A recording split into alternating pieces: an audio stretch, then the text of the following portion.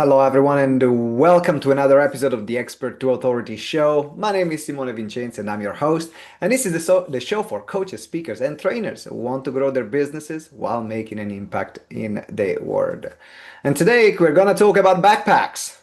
But it's not the backpack you might be thinking about, because in some level, we all carry a backpack of stuff.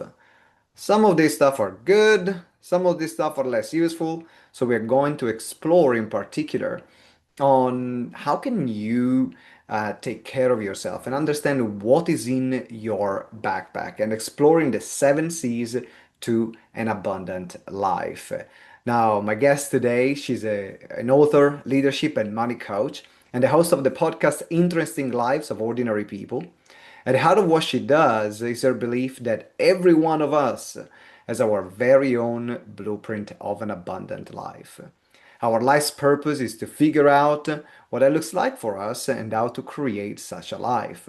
Her work as a coach is to act as a supporting force and catalyst for her clients seeking personal and professional transformation. Today we're going to explore what's in your backpack, the 7C of an abundant life, with the one and only Rohini Rathour. Rohini, welcome to the show. Thanks, Simone. What a great introduction. Thank you so much. No, we go a long way back. We go a long way back when we knowing each other for a number of years. And what I would love to start this interview with is with this concept of backpack. Because I remember when you contacted me and say, hey, I wrote my new book.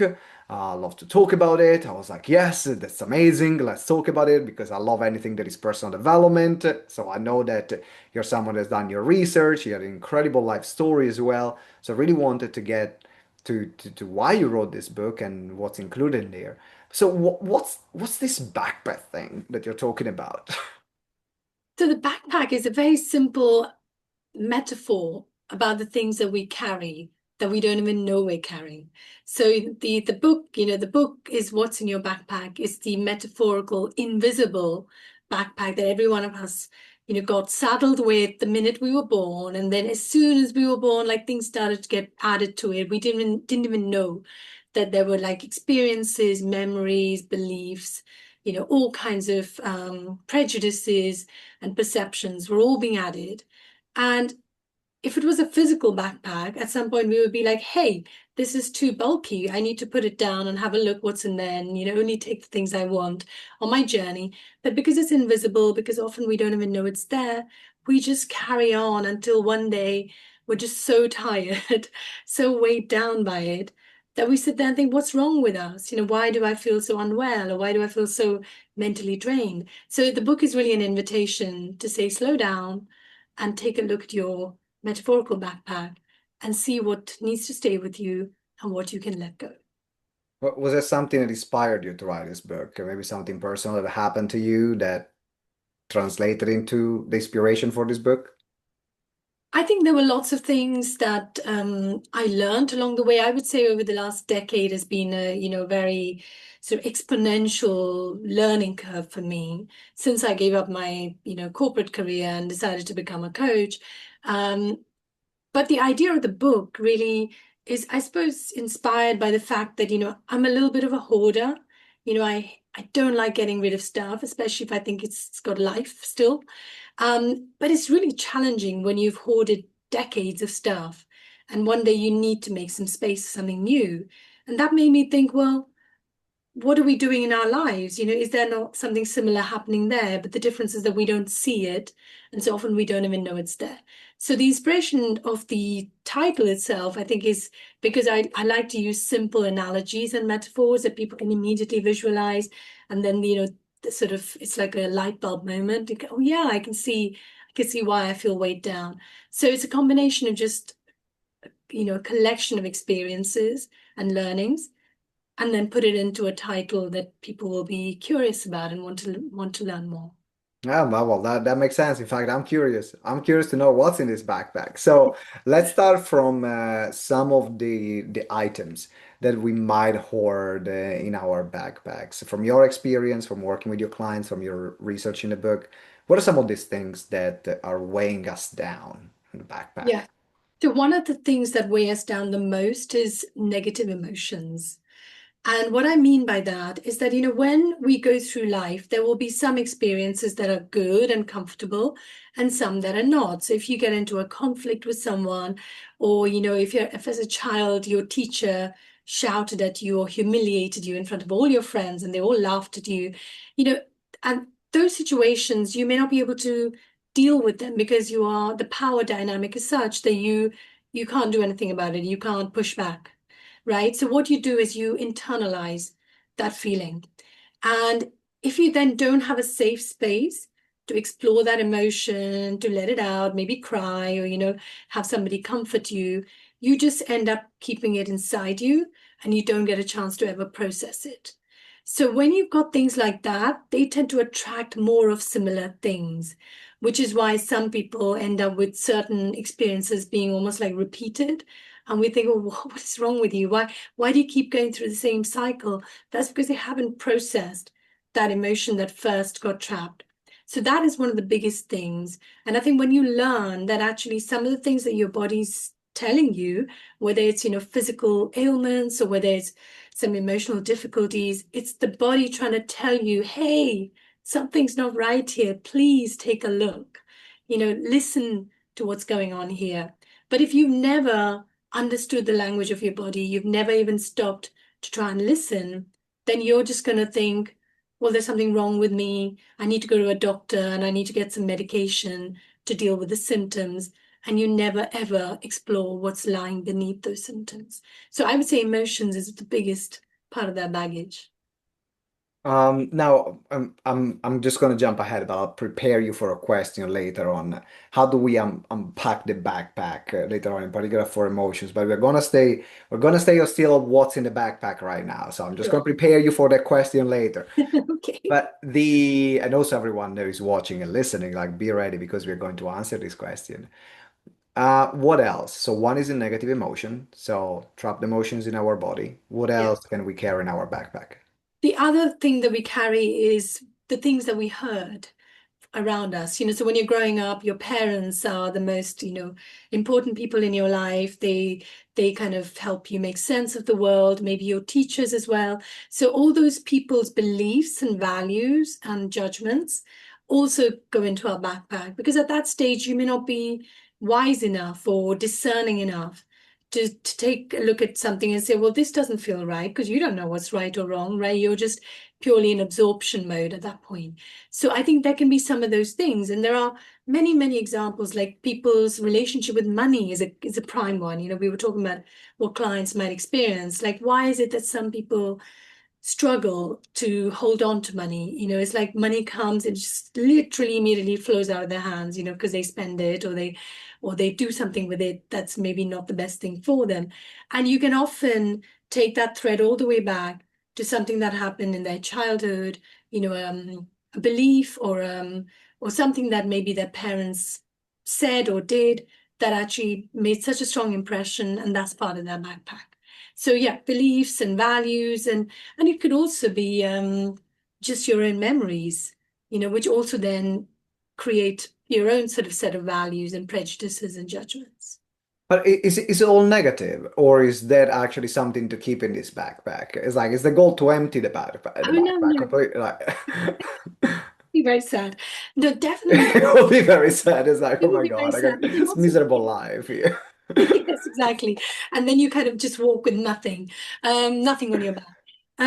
There are definitely some beautiful gifts, talents, lovely memories, nostalgia of things that were really good for you. And I think the idea is that with emotions in particular, when you have a good emotion, generally you don't have a problem expressing it. Like if you're happy, most people, unless they're very, strange, they're not going to say, Simone, stop smiling. You're not allowed to be happy. But if you're angry or if you're sad, people feel uncomfortable with that emotion. So for that reason, negative emotions are more likely to be suppressed or even repressed, whereas positive emotions you're happy to express. There can be several gifts, like, things that you do extremely well. But if they're hidden, so I'll give you an example, like I'm someone, who wears clothes that I bought 25, 30 years ago. If they're still in good shape, I'll still wear them. I don't care about fashions. And sometimes I'll put them away somewhere and then I'll forget all about them. Okay. And then many, many years later, I'm decluttering and then the shirt appears and it's like amazing. I'd forgotten I had this shirt.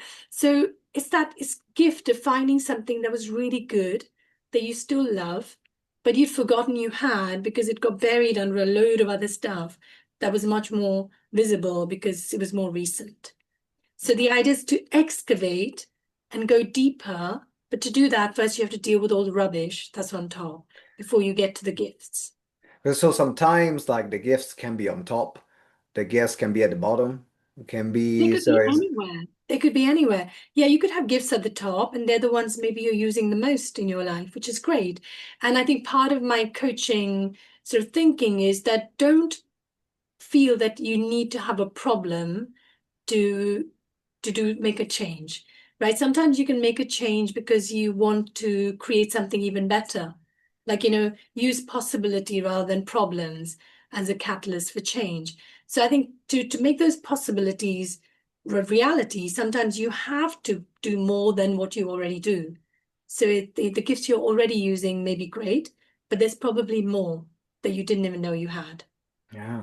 Was there a gift that you found that you had hidden in your backpack that maybe you forgot you had, and then when you found it, it was like, oh, you were there. It's like that T-shirt that you were talking about. Ah, that's such a good question. I think there's probably a few. I think I would say over the last maybe 15 or 20 years, I realized that, dance was something I absolutely loved as a child, but didn't really do. So then I revisited it, and then of course I did my hula hooping journey, as you know. And then I also realized I had a gift for actually teaching people. And even though I didn't want to go and be a teacher in a school, what I did was I combined my love of dance and my discovery of how fun hula hooping was, and I became a hula hoop fitness instructor. So I actually taught people how to use a hula hoop, and I created dance choreographed my own routines.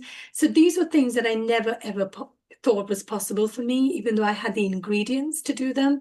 But I gave myself permission to do them. And then I also told myself, it doesn't matter that I'm not the best dancer in the world, but I'm creating something that's very unique to me and people will have fun. And so that was the joy of that. Oh, that's and if you think about how many people they will have those kind of gifts that they are there suppressed or not even aware. Sometimes they're just there and not used because we got busy, life got us in different directions, but those gifts are still there and they're still a big part of us or something that brings us joy. Yeah. I think that, for me, it's no secret that I'm a basketball fanatic. Big part of my life is around basketball. And I started working very early, so I stopped joining a basketball team when I was like 15 or 16, because when I started working at 16. I was like, I gotta work evenings and weekends. I cannot go training or I cannot go to my games.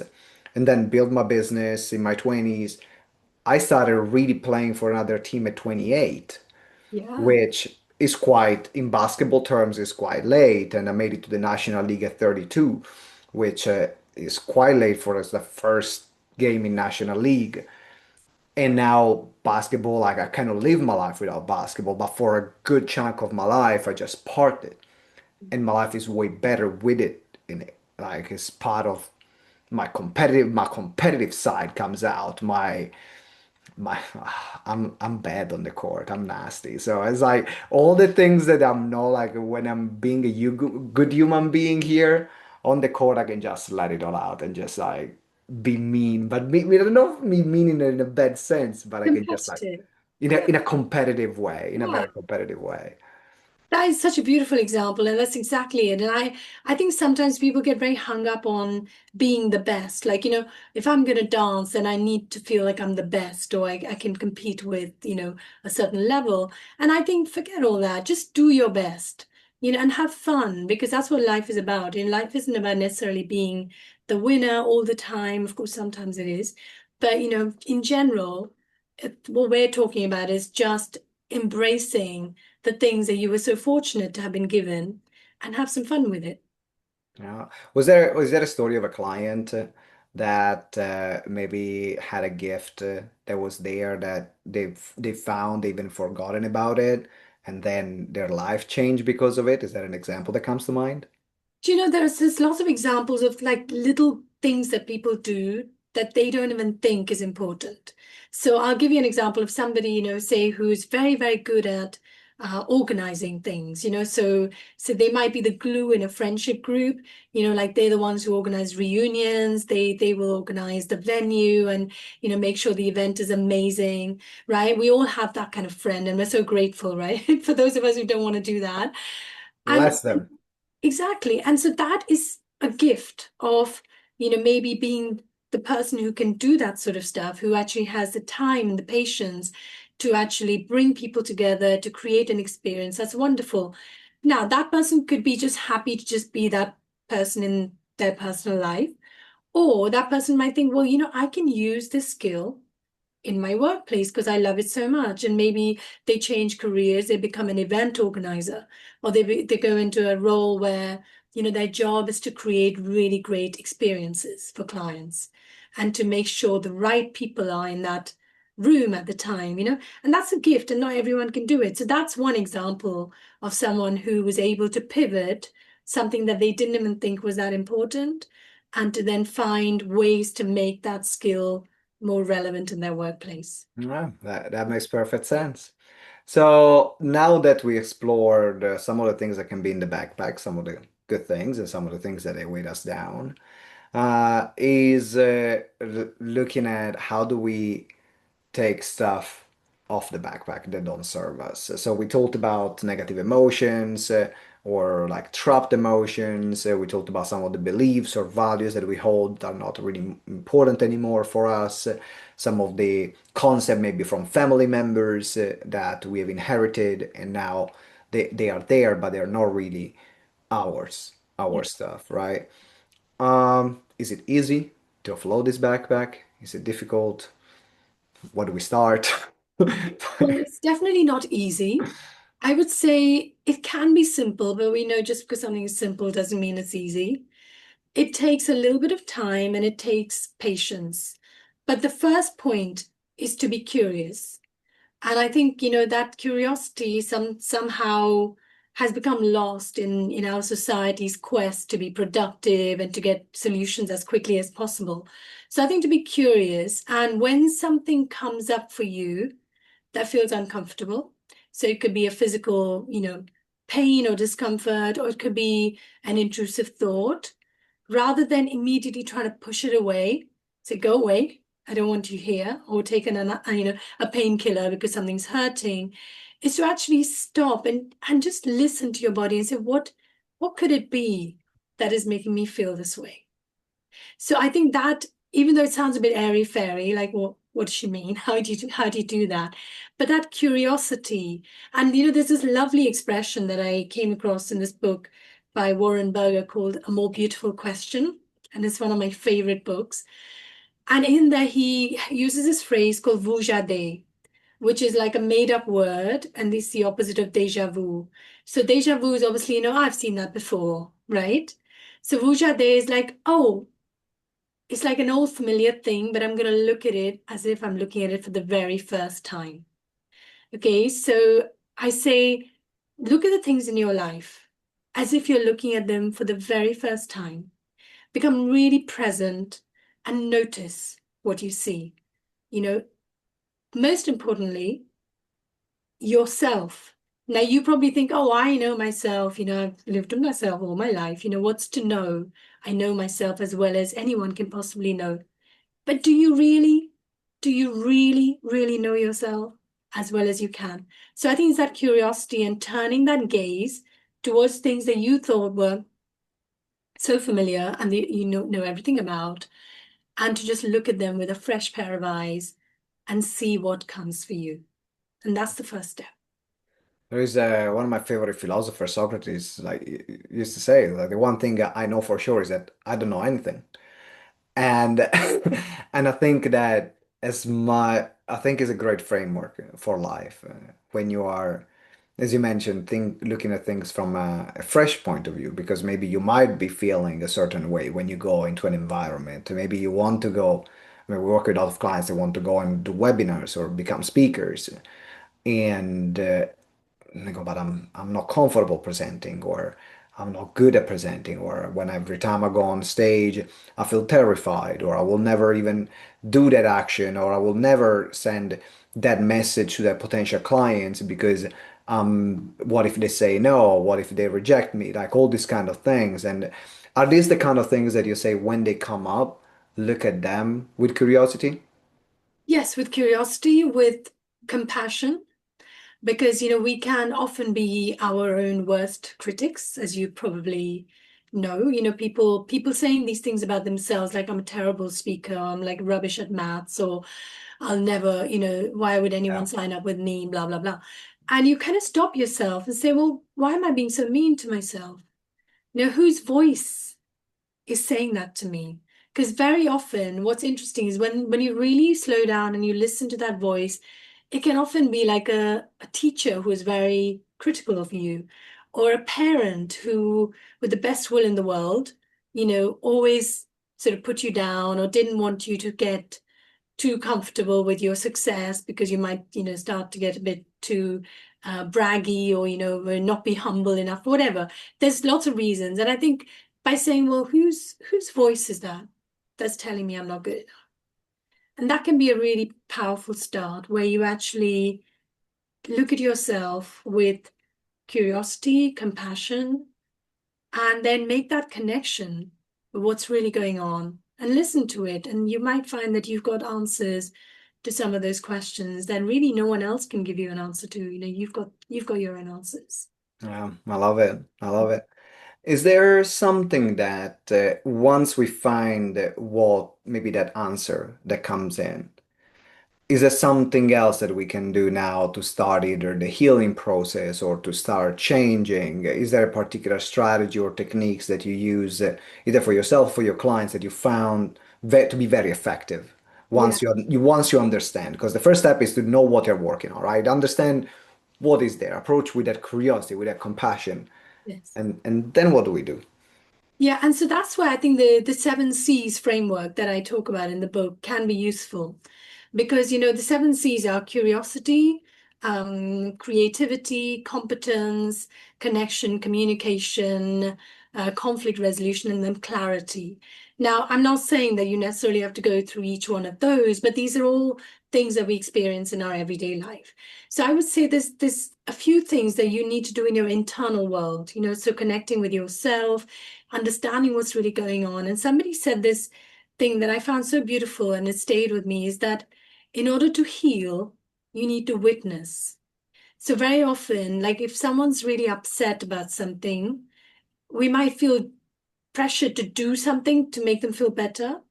But very often what they want us to do is to simply witness their pain, like be with them, give them a space, allow them a chance to vent, to cry, or to express their pain and whatever, without judging, without feeling uncomfortable, just being there.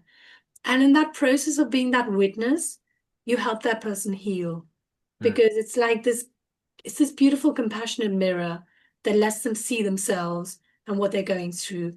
And I think a lot of healing comes with self-acceptance, like, yeah, this happened to me and that's tough. But it's okay, I can deal with it. The other bits of, how to solve certain problems will be much more dealing with the external world. It could be a significant other, it could be a family member, it could be a boss, it could be an annoying colleague. And so with each one of those, again, being curious about what is the issue here? Is it just that person or is it me? And that sort of openness to being willing to look at yourself and say, well, what's my contribution to this particular conflict? And that in itself can sometimes be very healing. That's brilliant. You mentioned the 7 C's. Can we have a quick run through of the 7 C's and just expand a bit more on each C? Because we have about 5 minutes for this Yeah. interview.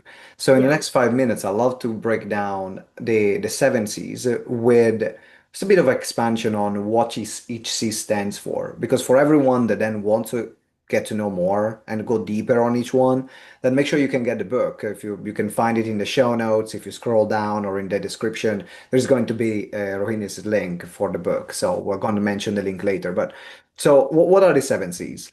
So the 7 C's, first one is curiosity, where you learn to ask questions again, open questions, questions, about yourself, about what's going on around you before you jump to solutions and conclusions. The second C is creativity. And I would put in that creativity what you talked about, basketball. So sport in a way is also a creative thing. So creativity is not just painting and music and that kind of stuff, which people normally think. And I think we all have the ability to be creative, even if it is in something that does not sound very creative. So like even computer programmers are creative in a very different way. So like engage the right side of your brain, which is the source of imagination, visualization, and, not being terribly structured. The third is competence. And I think in this world, we're all very good at that. We're all good at getting qualifications and, learning more skills and getting, certificates that prove how good we are.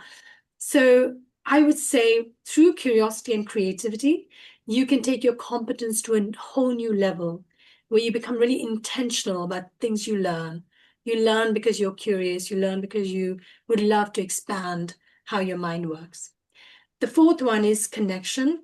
And this is sort of connecting with yourself, and we talked a bit about that already, but it's connecting with the world around you.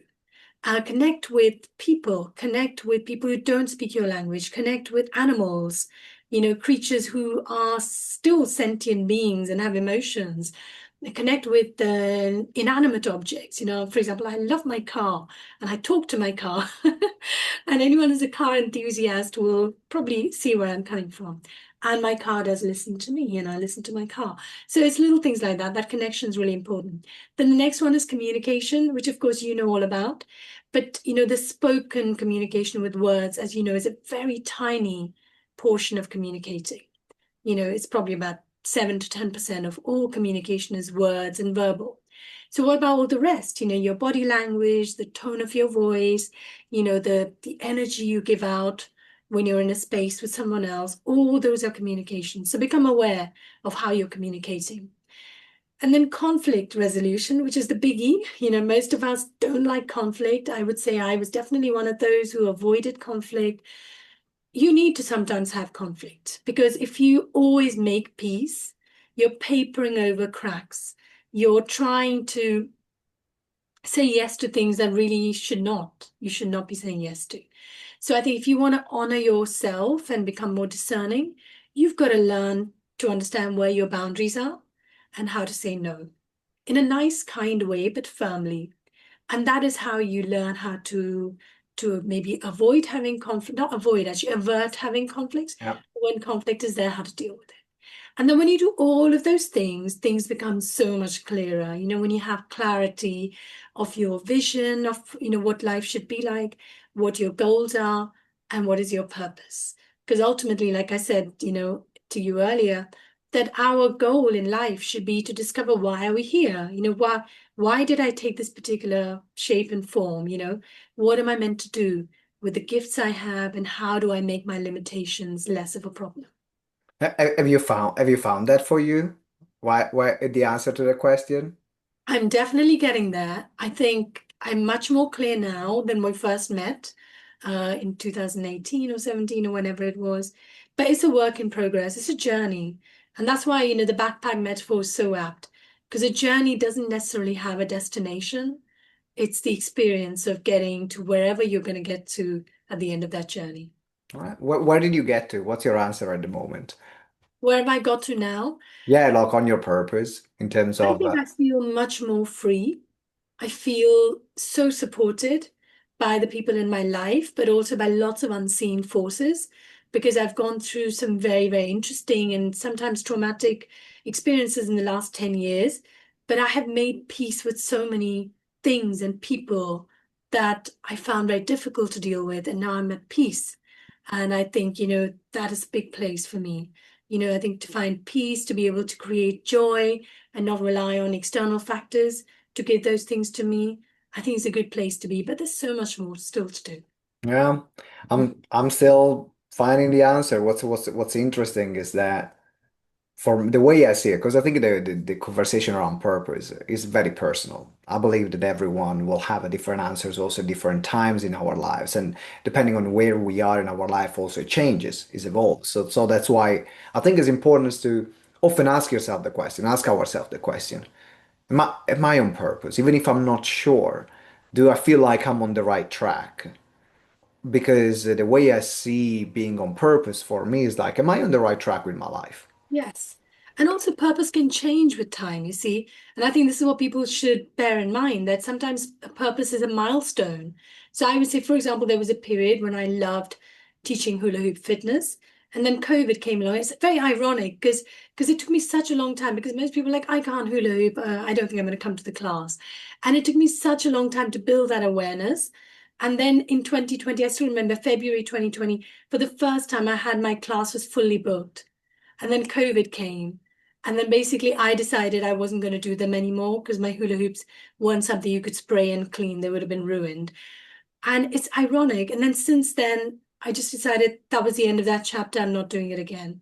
I gave away my hula hoops, and that's okay. And I think there's no reason for us to feel sad or like, regretful that, oh, it was going so well. And look, COVID happened. No, it's great that I ended on a high. Now my purpose is something else. And what is it? So it's exciting because, when one thing ends, one chapter ends, another one begins. No, and at the end of the day, if we are living, you talking again about the backpack, if we are holding on to a purpose that is not what our purpose is right now anymore, Yeah, that's another thing that weighs us down. exactly. And so that's why I love that question of, am I on purpose? Am I on track? Do I feel like I'm living my life with meaning? Am I stopping myself in things that I want to do, and somehow there is something that is stopping me and holding me back? And that's the ongoing self-reflection, and it's a never-ending work. And that's why I highly recommend to get the book, What's in Your Backpack. You can find it on the website, which is Rohini-Rathour.co.uk, and the link is in the show notes. So there is the direct link of the book on Amazon. There is the direct link of Rohini's website and the resources that she has on her website. So as long as you scroll down, if you're listening to a podcast, and go in the show notes or in the description, if you're watching this on YouTube or other platform, and you can find the links, and you might find answers to questions that you have for yourself by reading that book, and maybe your backpack is going to be lighter after reading that book, right? So that's why we are here. Rohini, is there something that you have coming up that you would like to let everyone know other than the book, or something that you're working on that you're excited about? I think at the moment I'm just really here to let people know that, if they're feeling weighed down, that there is another way. And it doesn't have to be as difficult as they might think. So the book is a great place to start. But, if they're interested, they can also just go on my website and subscribe to my newsletter, which is once a month. So there might be some interesting things about money or leadership or just, relationships and things like that they might find interesting. And, if they want to have a conversation with me, there's a link on there again to book, a conversation. But yeah, it all begins with just, getting curious, I think, and get curious about the book. So get curious about Rohini, get curious about the book. The website is rohini-rathour.co.uk. Again, the link is in the show notes or the description. Rohini, it's been a fantastic, wonderful interview. Got me to reflect on what's on my backpack. I love everyone watching or listening to think about what's on your backpack. And with this, use that as continuous exploration. So thank you, Rohini. Thank you so much. Really enjoyed it, Simone. All right, everyone. Thank you for watching or listening. If you haven't subscribed, what are you doing? Subscribe. Make sure you do it now. And also, really important, leave us a review if you enjoyed this interview. It's good for the guest, it's good for the show, and it's good for my ego. 5 star, please. So make sure you give that 5 star review. And until next time, remember that together we grow exponentially. Ciao.